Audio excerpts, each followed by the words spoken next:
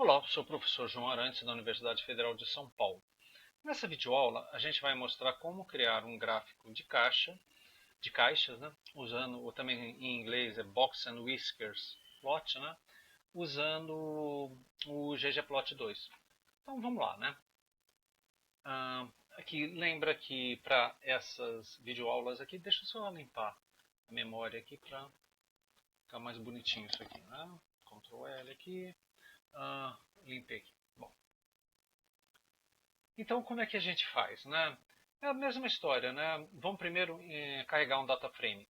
Nesses nossos exemplos aqui, eu criei um data frame fictício de 60 pessoas, 20 pessoas de cada país, e eu tenho os dados aqui relacionados à altura, peso, sexo e por aí fora, né? Tá aqui, né?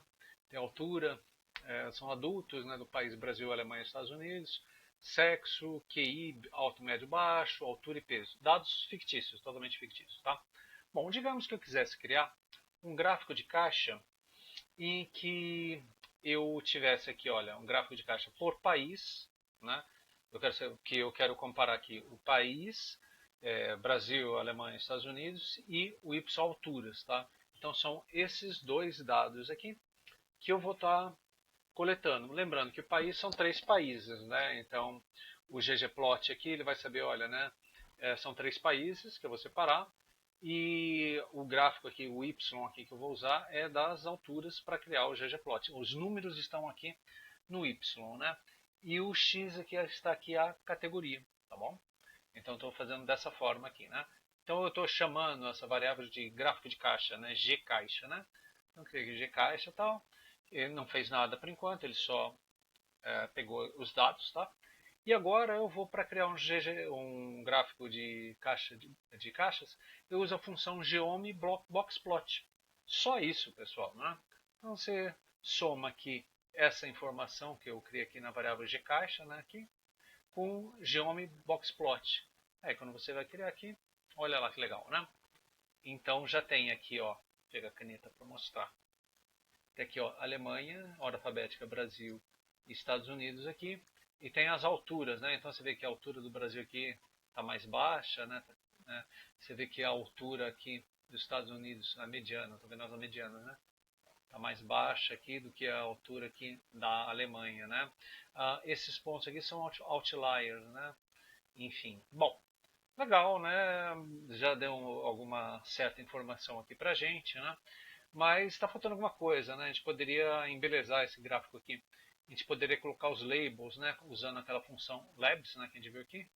Labs, né? Comparando por países, né? E o tema aqui, né? Se eu colocar só comparando por países, ele vai subentender que é o título, né? Então, e cria um tema aqui também, né? Então tá aqui tal, cadê? Label. Eu acho que não foi aqui o título, né? Então eu teria que colocar aqui o title, né? Provavelmente. Deixa eu fazer essa correção.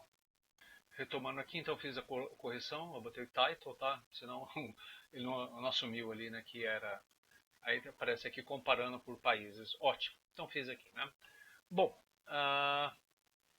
uma coisa que é interessante é que você poderia colocar aqui os pontos aqui no ggplot, né? Lembra que eu estou fazendo aqui pesos por países. Mas e se eu quisesse colocar aqui os pontos relacionados a sexo, né? Ou seja, quem é homens e mulheres aqui, né? Então com isso você faz com essa função geom_jitter, né? Então aqui é a largura dos pontos que eu estou botando, 0.2, poderia ser qualquer uma, né? E eu estou falando, olha, você vai botar aqui nessas cores que eu quero, você vai botar o sexo masculino e feminino. Então vamos ver como é que ele faz isso, né? Então ele cria aqui e eu somando, né? Olha só. Você vê que o sexo feminino ele botou, deixa eu pegar minha caneta aqui. Feminino ele colocou aqui nessa cor salmão, masculino na cor verde. Então você vê aqui, né, por exemplo, na Alemanha, você vê aqui onde estão esses pontos vermelhos aqui, salmão aqui são as mulheres, e o ponto aqui verde piscina são os homens, né, que estão mais aqui para cima do que as mulheres, né?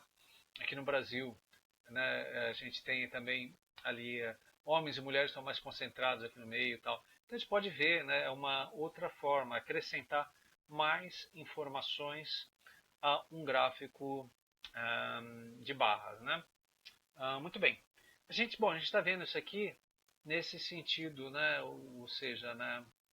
na vertical. Se a gente quisesse plotar esse gráfico aqui no outro sentido, na horizontal, como é que a gente faria isso? Né? Bom, aí a gente poderia dar um comando aqui, né? Deixa eu ver aqui. Eu vou adicionar esse comando coordenadas flip, inverter as coordenadas, né? Em vez de ser na horizontal, é na vertical. Então, mesmo gráfico que eu vou criar novamente, tá? Eu estou somando aqui o jitter e eu estou adicionando essa camada aqui. Então, o que acontece?